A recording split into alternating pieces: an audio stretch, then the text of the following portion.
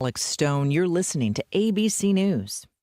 In this market, you'll find Fisher Investments is different than other money managers. Different how?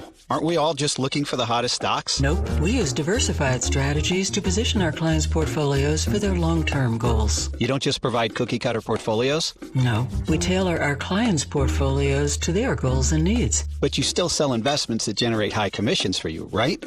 No, we don't sell commission-based products. We're a fiduciary, the highest standard of care for a financial advisor. It means we're obligated to act in our client's best interest. So when do you make more money? Only when your clients make more money? Yep, we have one transparent management fee structured so we do better when our clients do better. Sounds like you really look out for your clients. We do, because our priority is helping them achieve a comfortable retirement. That might be why most of our clients come from other money managers. Visit FisherInvestments.com to find out why investors like you switch to us. Fisher Investments, clearly different money management. Investments in securities involve the risk of loss. Mark your calendar for the 1011 Auto Service 3rd Annual Car Show, Thursday, September 21st from 2 to 5 p.m. Join me, Jay Thomas, host of the TV show Rides. I'll be live on location. Free admission, free entry, door prizes, t-shirt sales, complimentary food and beverages. Check out the vehicles or showcase your own. Trophies awarded. 1011 Auto Service 3rd Annual Car Show, Thursday, September 21st from 2 to 5 p.m. 2311 5th Avenue North, Moorhead. Don't miss it. Weather and Ag in Focus on WDAY Radio.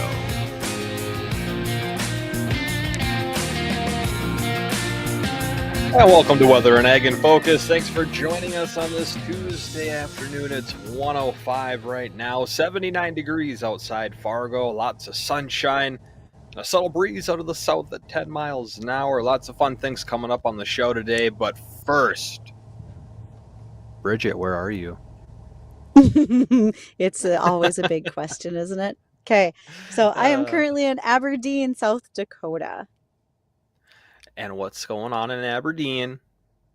Currently, it's about 84 degrees. A little bit of a breeze, but not too bad. Oh, wait, that's your job. I'll stop that right now. But yeah, No, keep going. I love it.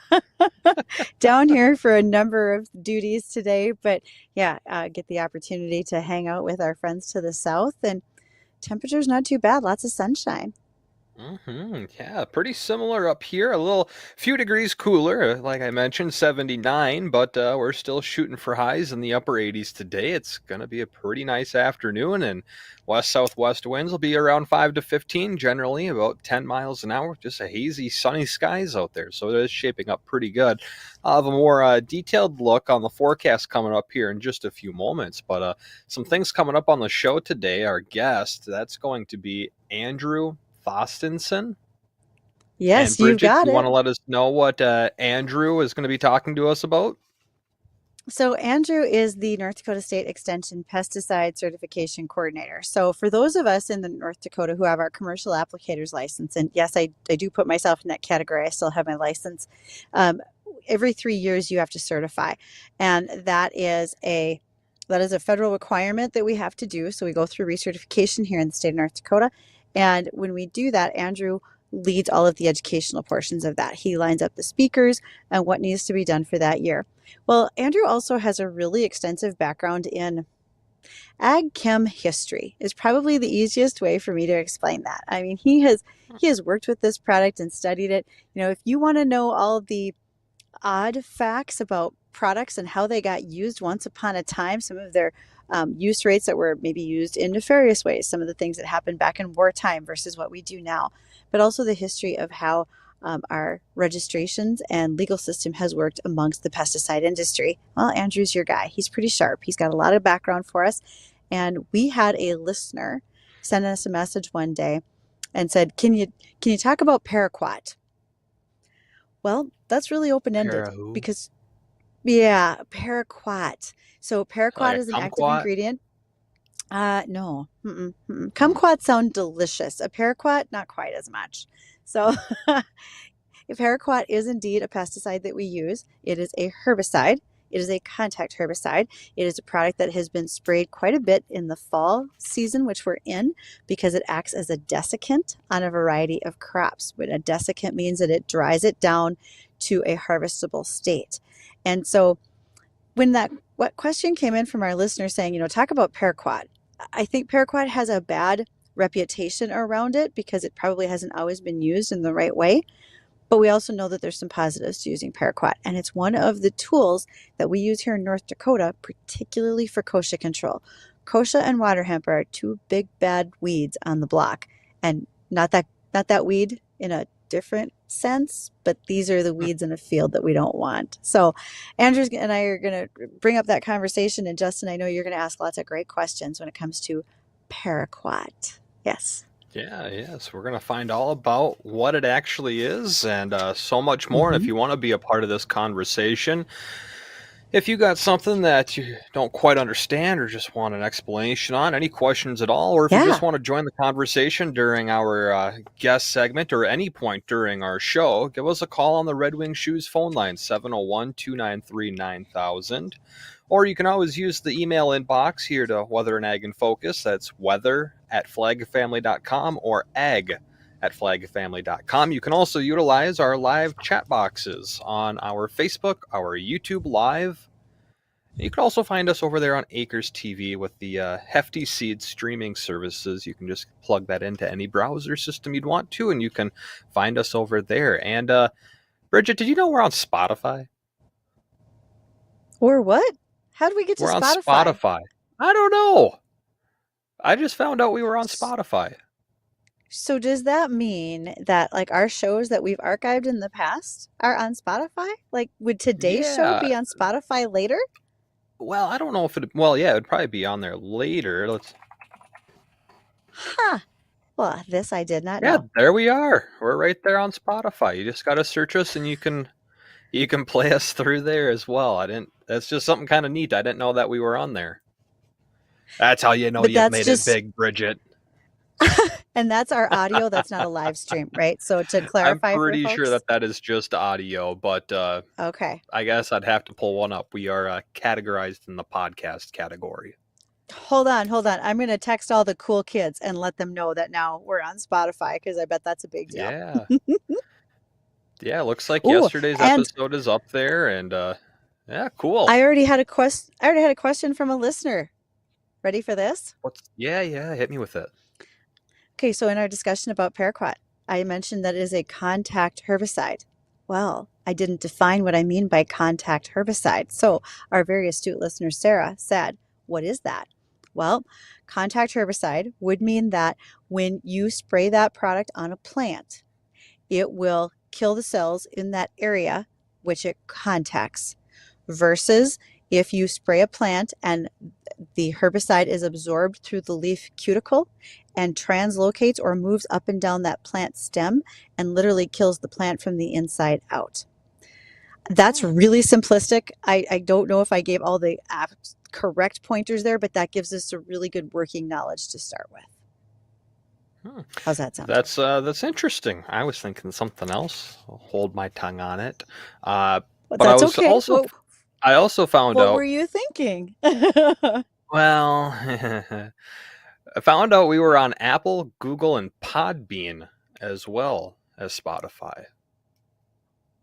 All right. We're all over the place. Who would have guessed? Well, a few other things that'll be coming up on the show today. Some of our ag topics that we'll get to. Manure management plans, Canada's durum crop. May that equal out to be higher pasta prices, and as well, growing safe food. Is it easy? Well, I'll just go out and say no, it's not easy to farm. Okay, let's just talk about the food stuff, okay? Sure. So there's a couple of things here. First of all, we believe, and we know, I don't want to just say we believe, we know that we have the cheapest, the safest, and the most abundant food supply in the entire world, okay? Granted, plenty of folks can argue about that with me. We know that food inflation has truly been a problem. But we do, in fact, comparatively, the dollars that you and I spend out of our paychecks are much less on a percentage basis than any other country in the world. Now, when it comes to safest, our farmers are doing a great job of raising a safe product. And the folks who are processing it are putting forth their best efforts too. And when I say that, think about the fact that as your food rolls through a processing plant, whether it's on a conveyor belt, Little pieces of that conveyor belt can come off and they can wind up in your food. Sometimes it's plastic. What if you as an employee drop a glove and it winds up in the hash browns, right? That can happen. Those things are not done on purpose. They do happen, and they do trigger recalls of food products.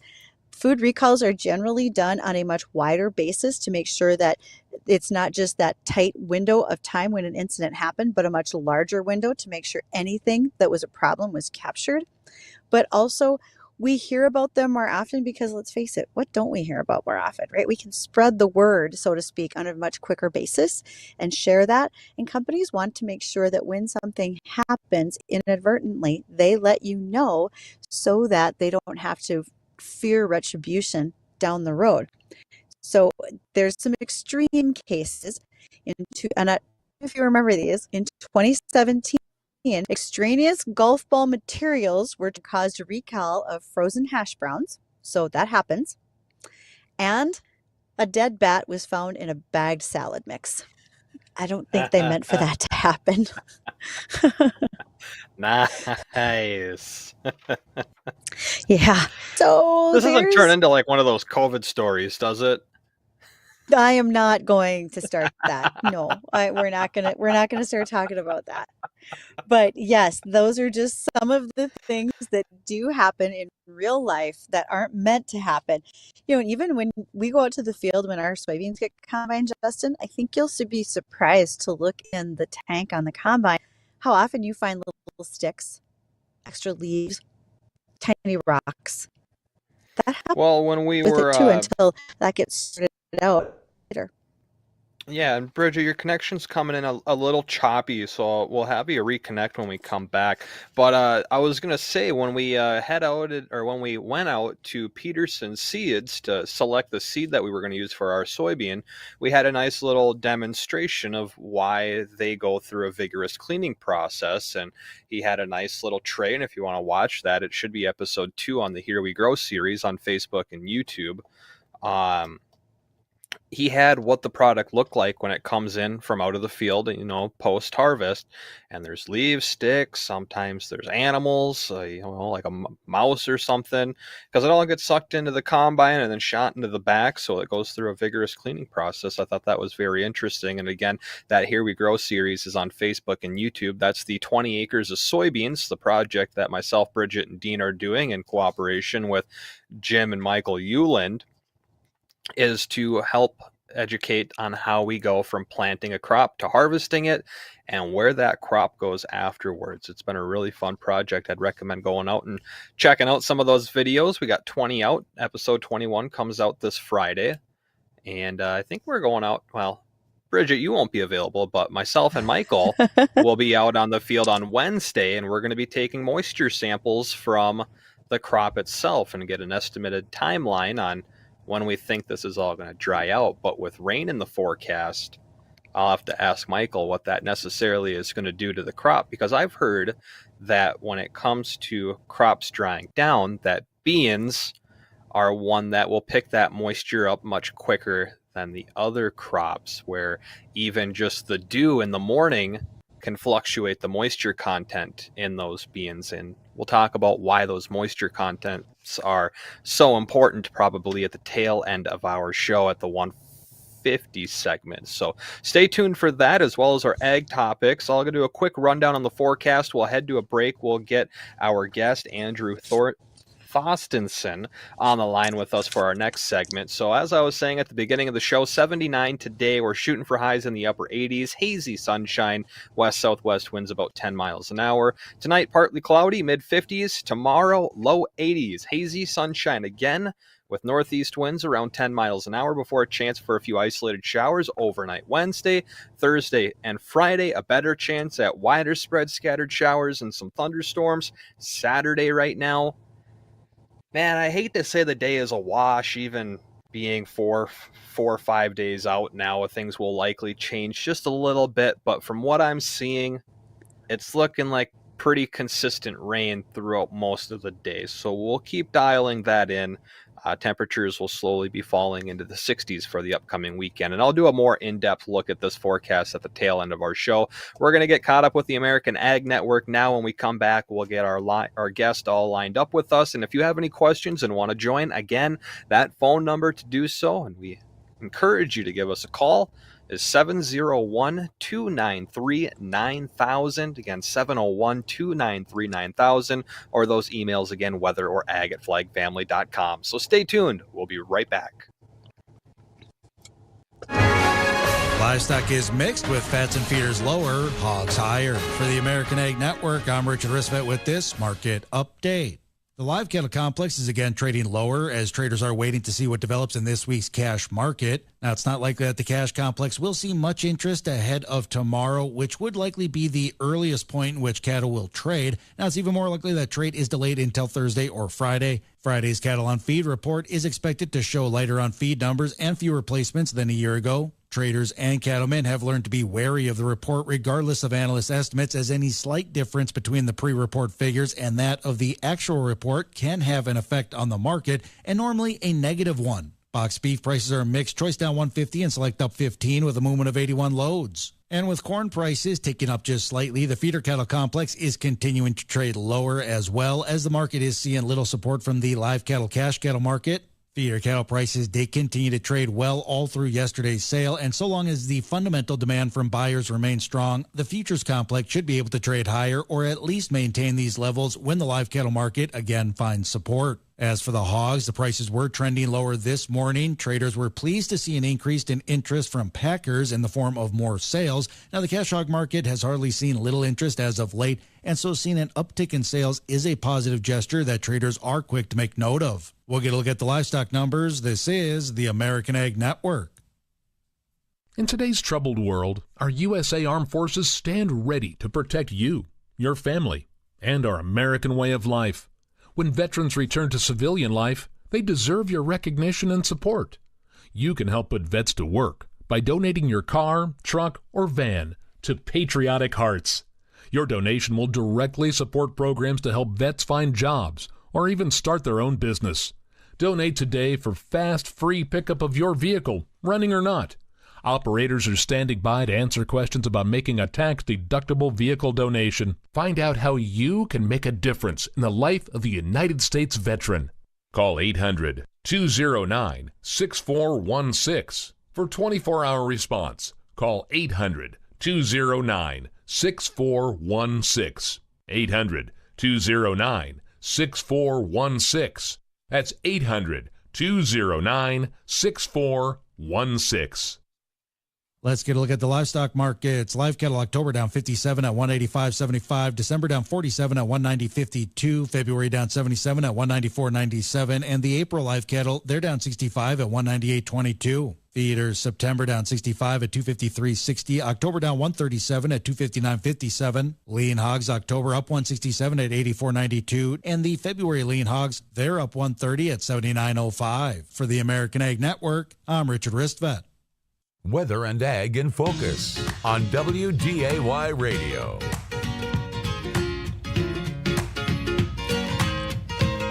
And welcome back to Weather and Ag in Focus. And Justin, for those who are on the live stream, they now see that I can watch you putting your name tag on just to entertain me. And you almost got me. I almost had to mute myself there for a minute. Thanks. Nice. Goodness. All right. So we will not need name tags all day long, but Justin likes to do it just to catch me off guard. And don't be off guard with any of our sponsors that we use on their Here We Grow project. One of them would be Titan Machinery. Thanks to y'all for everything that you've done to help us with our soybean project. Again, our profits from our 20 acres of custom soybeans will be headed to the Great Plains Food Bank. And another sponsor for that was Invita. That is a nitrogen product that is brought to us by AB Seeds of Avril, Minnesota, and AB Seeds helped us to improve our yield. I think we're going to get to 62, Justin. It won't be too long before we find out. It'll be close, so we'll see what happens. It's going to be good. And someone who's also been watching our project and very helpful when answering questions, well, that's our guest today, Andrew Thostenson. Andrew is the pesticide program specialist for North Dakota State University Extension. He does a fantastic job of keeping all of us as pesticide applicators on the straight and narrow for the state of North Dakota. How are you, Andrew? Doing fantastic. But great to be here. We appreciate you joining us today and by video. Justin and I both wound up being remote, so thank you for joining us in the cerebral realm, not the personal one. Right. Well, this is pretty cerebral as well in my office, so you could see all the stuff. Not as bad as your pickup truck, though. If you really zoom down, it could be really ugly. Yeah, what do you got in there, Bridgette?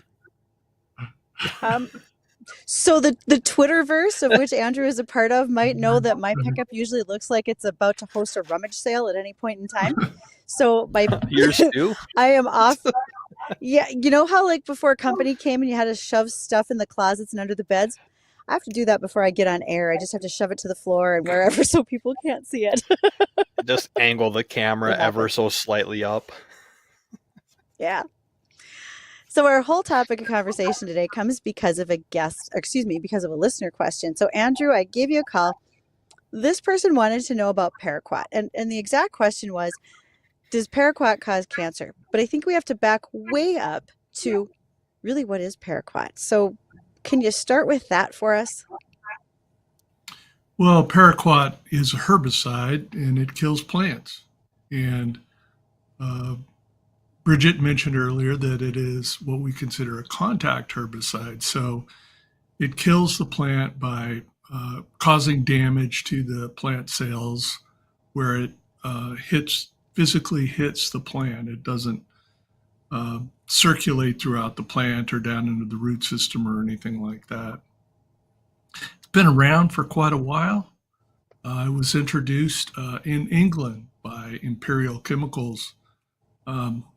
Some of you may remember many, many years ago, Imperial Chemicals was a big manufacturer and discoverer of herbicides and insecticides. They've been absorbed for the last 10 or 15 years by other companies. Early 60s, they released it. It made it into this country in the mid-1960s.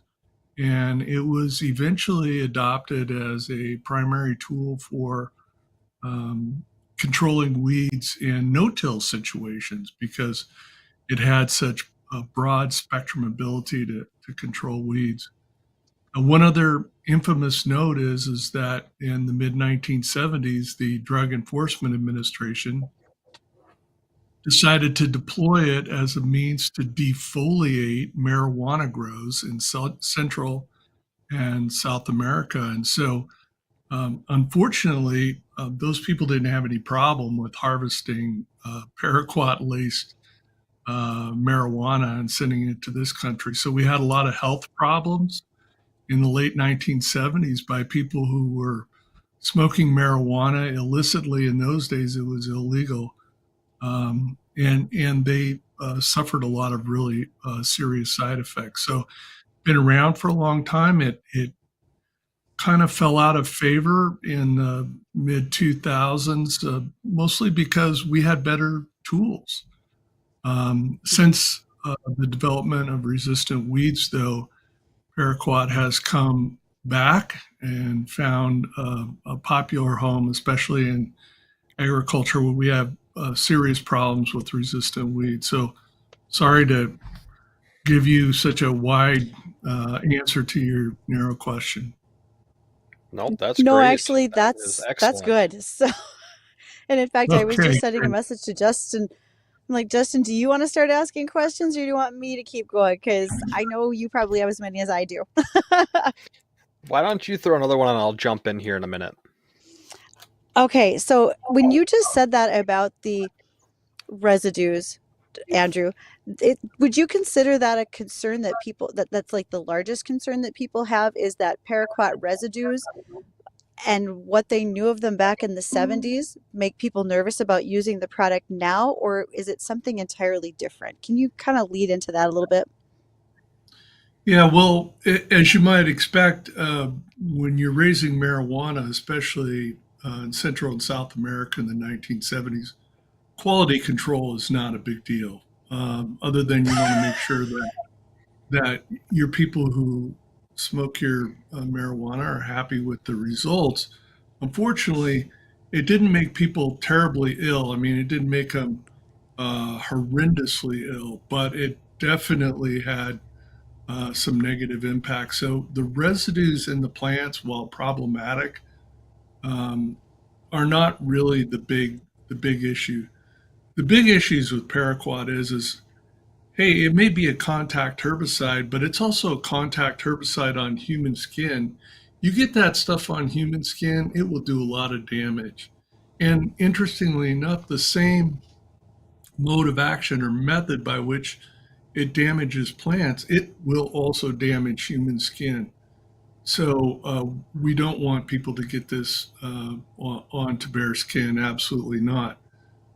The real problem that we've had with it, though, has been associated with um, what I would consider to be a misuse of the product. People have used this product, especially in third world, Southeast Asia, South Central Asia, as a means to commit suicide because it's so highly toxic. You ingest perhaps a teaspoon of this stuff, and you are going to get so sick that you're going to wish you were dead. If you took a tablespoon of this stuff, you would be dead within 24 hours. It's that devastating. And so many countries, especially in Southeast Asia, South Central Asia, where people were using it as a means to commit suicide, they simply took it off the market. The Europeans took it off the market in the mid 2000s. I think it was about 2007 or 2008. And their concern was not so much the suicide implication, it's just that it's really hard on humans. I mean, you don't want to have an exposure. In this country, we've continued to use the product mostly because it does a really good job, and we've developed means or methods to protect the humans who are actually making the applications from exposure. Right, and you had made that point. You said you drink a teaspoon of this, you're getting really, really sick. A tablespoon is basically going to end up killing you within a day. That's the concentrated form of this chemical, right? That's not the ratios that we're out there using it in, correct? Yeah, that really is that's an important distinction. Most of the materials that we're using, uh, spraying is extremely dilute. However, I must tell you that it would be extraordinarily irritating to get the spray material on your bare skin, even though it is really quite dilute. So Right. we just don't want this stuff to encounter the human body, uh, especially during the application process. Secondary exposures like what Bridgette alluded to earlier, and we're not so worried about the stuff being residue on plant material uh, because it disintegrates relatively quickly, and we're also not uh, terribly worried about spray drift situations, although it can be very problematic, especially around urban situations or places where people are residing. Right. And we got to hit bottom of the hour news here, Andrew. So I'm going to have to go to a break. I got questions when we come back. I got callers on the line right now. Callers, don't lose your spot. Martin, you'll be first on the line when we come back. I got to get a quick news update in here from the news center. And when we come back, we'll continue this conversation. Again, if you have any questions on what we're talking about, and if you're just joining us now, we're talking about paraquat, contact herbicide that was being used and still is being used. Give us a call on the Red Wing Shoes phone line. That's 701-293-9000. Emails, weather or ag at flagfamily.com, as well as comment boxes on Facebook and YouTube Live. Stay tuned. We'll be right back with all your questions and more. Some days I cover up because of my moderate to severe plaque psoriasis. Now I'm hitting the road with clearer skin thanks to Skyrizi, Risankizumab Riza, a prescription-only 150 milligram injection for adults who are candidates for systemic or phototherapy. With Skyrizi, 3 out of 4 people achieved 90% clearer skin at 4 months. And Skyrizi is just 4 doses a year after 2 starter doses. Don't use if allergic to Skyrizi. Serious allergic reactions and an increased risk of infections or a lower ability to fight them may occur. Before treatment, your doctor should check for infection and tuberculosis. Tell your doctor if you have an infection or symptoms such as fever, sweats, chills, muscle aches, or cough, or if you plan to or recently received a vaccine. Thanks to Skyrizi, there's nothing on my skin, and that means everything. Ask your doctor today about Skyrizi, the #1 dermatologist prescribed biologic in psoriasis, and visit skyrizi.com or call 1-866-SKYRIZI to learn more. Good afternoon, I'm Tom Tucker, WDAY News First. A constitutional initiative that would drastically change North Dakota's voting system is back on the table after being withdrawn. The proposal was introduced late last month but was shelved just 10 days later. However, the petition was resubmitted to the Secretary of State's office Monday. If approved by voters, it would replace voting machines with paper ballots, do away with early voting, and only allow absentee ballots to be mailed upon request. A large statue of the Virgin Mary has been stolen from St. Mary's Cathedral in downtown Fargo. The police department says the statue was stolen September 10th from the church in the 600 block of 7th Street North. The statue was taken from the rectory yard on the church grounds. Officials with Memorial Blood Centers in Minnesota blamed the pandemic for a significant drop in blood donations around the state. Minnesota's blood supply for surgeries and transfusions has dipped significantly, in part because many companies and schools haven't gone back to holding blood donation drives like they did prior to 2020. And a new study concludes Minnesota is the best state for millennials. The study from the website Scholaroo placed Minnesota at the top overall, after looking at 7 factors, including affordability and political and social environment. The worst state for millennials, according to the survey, is Alabama. Tom Tucker, WDAY, and WDAYRadioNow.com. Attention all growers and ag retailers. Tired of losing the war against wild oats? It's time to bring in the big guns. Avidex and Fargo herbicides from Gowan USA. These Group 15 herbicides are your ticket to controlling Group 1 and Group 2 resistant wild oats and suppressing brome and ryegrass. Don't let these weeds invade your field. Take charge. Contact your local ag retailer today and get your hands on Avidex and Fargo. Go. Always read and follow label directions from Gowan USA. The famous chips. The potato chip, the chocolate chip, the computer chip, the poker chip, the paint chip, and the windshield chip. Glass Doctor of Fargo Moorhead wants to remind you that the difference in temperature outside and inside your vehicle can make a little chip grow into a real budget buster. So make your repair replacement appointment today at Glass Doctor of Fargo Moorhead. Call or go online at glassdoctor.com/Fargo. That's glassdoctor.com/Fargo. Call the Glass Doctor, we'll fix your paint. Here in the Red River Valley, many things have changed over the past century, yet we continue to work hard, and hard work requires the right boots. At Red Wing Shoes, we create every boot by hand. We are a company rich in history, heritage, and pride, and we're committed to making shoes that fit the job. Boots that are strong and good-looking, that provide comfort and stability. So no matter the size of your feet or the demand of your job, Red Wing Shoes have the boots for you. Stop in and see for yourself at 3003 Main Avenue in Fargo. Red Wing Shoes for ultimate durability. This is Weather and Ag in Focus with Bridgette Readel, Justin Storm, and Dean Wysocki. And welcome back to Weather and Ag in Focus. Thanks for rejoining us. It's 1:37. A quick check on your currents. They're in the lower 80s right now. South winds still around 10 miles an hour. Full look on the forecast coming up here in our next segment. But we're rejoining our conversation now with Andrew Thostenson, NDSU Pesticide Certification Program. We're talking about paraquat. If you got any questions, you want to join on the conversation, 701-293-9000. We'll get you all queued up. We're going to head over there right now and bring Martin into the show. Martin, thanks for calling Weather and Ag in Focus. What's your question for Andrew? Yes, thank you. Yes, this product, was it used by the United States military in Vietnam, and they call it Agent Orange? I'm happy that you asked it. There we go. I was going to say, Andrew, you were muted we can hear you. You were muted for a sec. So go right ahead. And Anyway, Martin, glad you asked. That is a excellent question, and I'm so glad you asked it. First of all, paraquat was never used in Southeast Asia during the Vietnam War. It was never used. I just want to say that one more time. It was never used in Southeast Asia.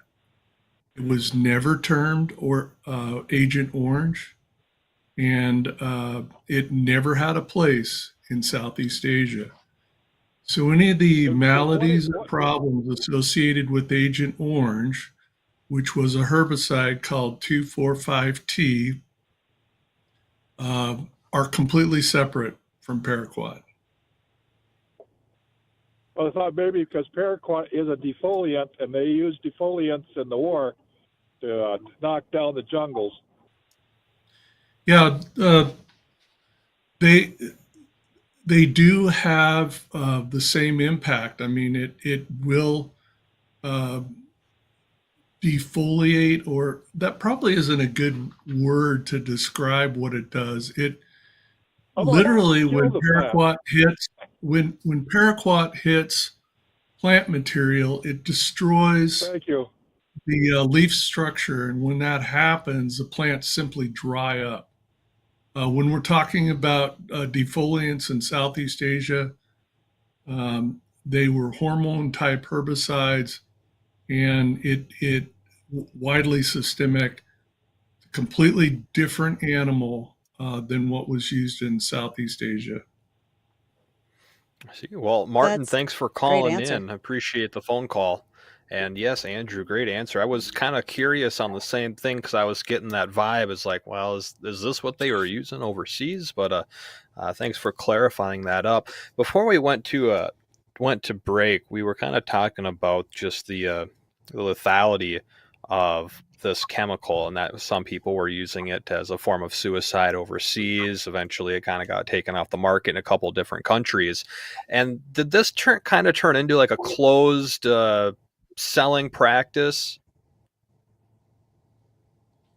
Well, basically, one of the means in which EPA tried to deal with this problem was to develop specialized systems called closed systems that really prevent human exposure. So that was one of the solutions to prevent skin exposure and inhalation exposure. And they didn't have those on such a wide scale in Europe when they banned the product. I see. I got another one here for you, and this is one I'm sure our urban half of the audience is probably have a curiosity on. And obviously, I'm thinking this because we've talking about how dangerous of a chemical it can be if you get exposure on your hands, your body, you get chemical burns from it, you ingest a concentrated form of it, you'll end up dying from it in the right amount. We still use this today, correct? On some things you had mentioned that we found a kind of a good purpose for it with resistant weeds such as palmer and other pigweed species, correct? Are we still using this as a normal application in fields?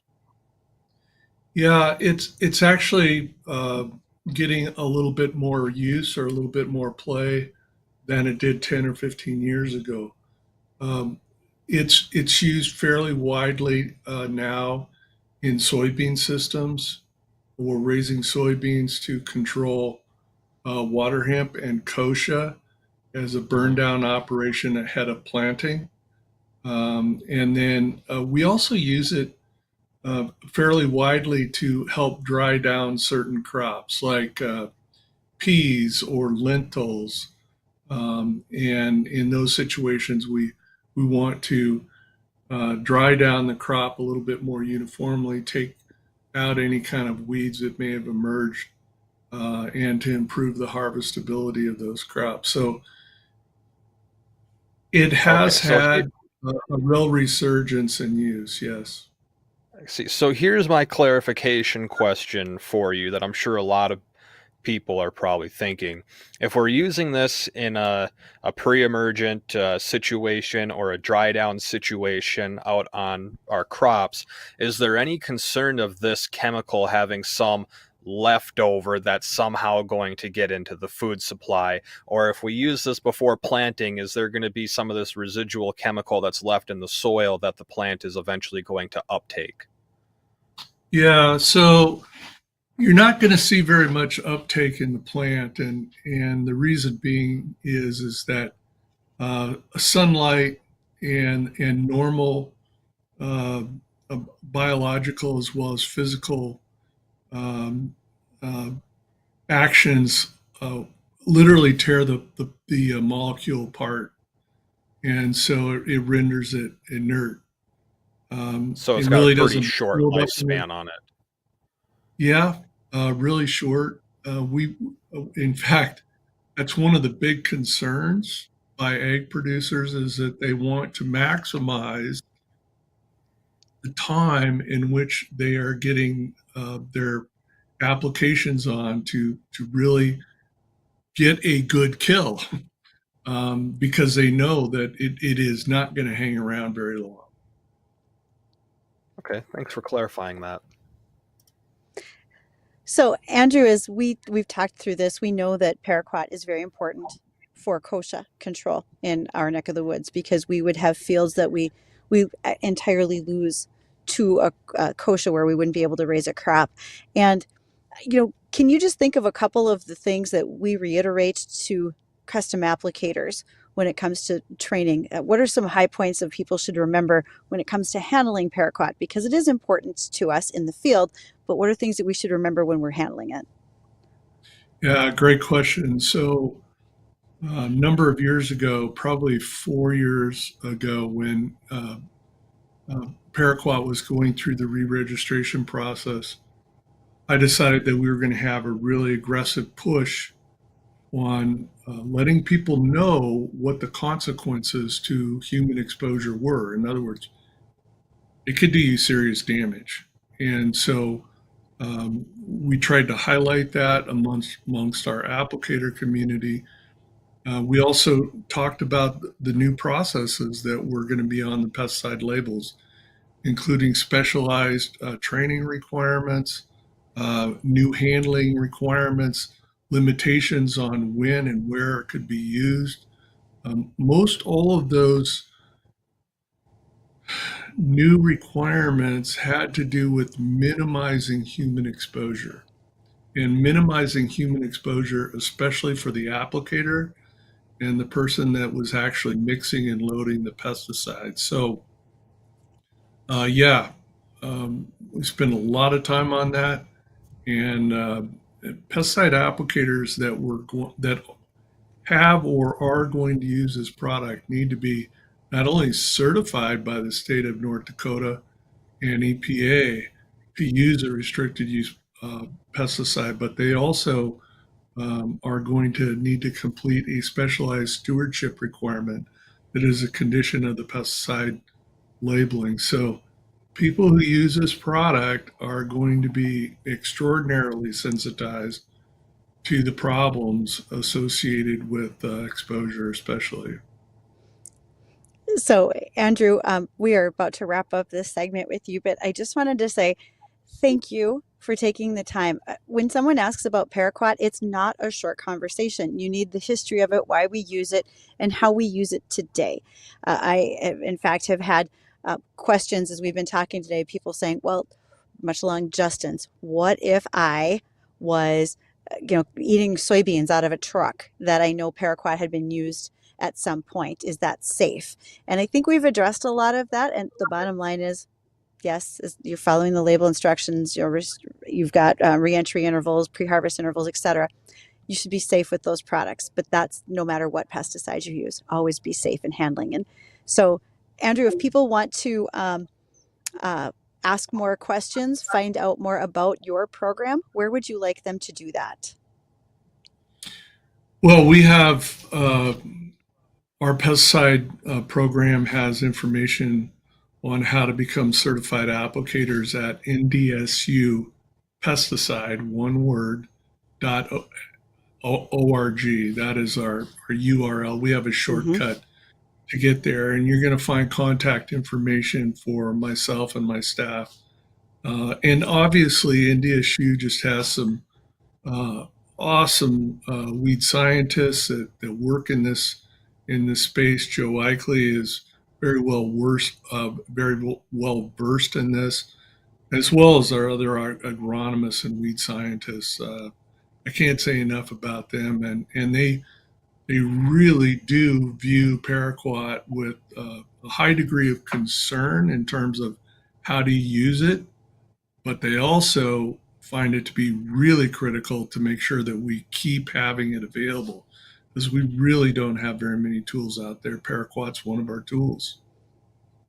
And it is vital to what we do every day in the field. So again, thank you to Andrew Thostenson. We really appreciate the time you gave us today. Yeah. Don't be surprised when I call you again.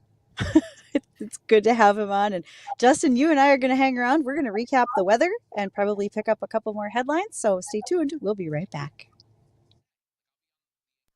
It's the Eyes on 45th Open House today from 4 to 6 p.m. Stop in and be a part of the fudge making contest. There's giveaways and great sales inside the store. Say hi to Deb and to Dr. Tufty and meet the new eye docs on the team, Dr. Josh Damos and Dr. Cody Ward. It's 4 to 6 p.m. today. Eyes on 45th, 1801 45th Street South in Fargo. Don't miss the open house today. 4 to 6 p.m. Eyes on 45th. It's time to hit the reset button. Lack of sleep can wreak havoc on your health and well-being. It can lead to weight gain, brain fog, and overall exhaustion. Siraceta Fargo can help restore balance, reset your sleep pattern by tapping into your brain's natural ability to help heal and reset back to a state of calm and restfulness. Don't let sleepless nights hold you back. Take the first step towards a healthier, happier you. Contact Siraceta Fargo today. Call Siraceta Fargo today, 701-566-5231. Mark your calendar for the 1011 Auto Service 3rd Annual Car Show, Thursday, September 21st from 2 to 5 p.m. Join me, Jay Thomas, host of the TV show Rides. I'll be live on location. Free admission, free entry, door prizes, t-shirt sales, complimentary food and beverages. Check out the vehicles or showcase your own. Trophies awarded. 1011 Auto Service 3rd Annual Car Show, Thursday, September 21st from 2 to 5 p.m. 2311 5th Avenue North, Moorhead. Don't miss it.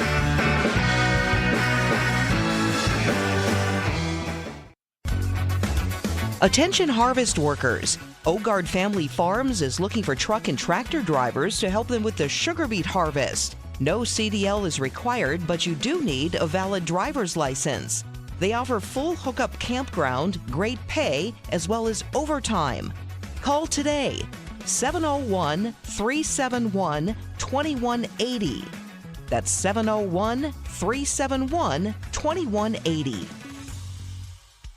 Pucklet Chevrolet GMC believes you deserve a reliable pre-owned vehicle that fits your needs and budget. Car Bravo at Pucklet Chevrolet GMC gives you an expansive inventory of Car Bravo certified GM and non-GM used vehicles. Confidence and peace of mind come standard as every Car Bravo certified vehicle includes a 126-point inspection and a 6-month or 6,000-mile warranty. Choice, confidence, peace of mind. Feel the used euphoria at PuckletValleyCity.com, North Dakota's Car Bravo headquarters.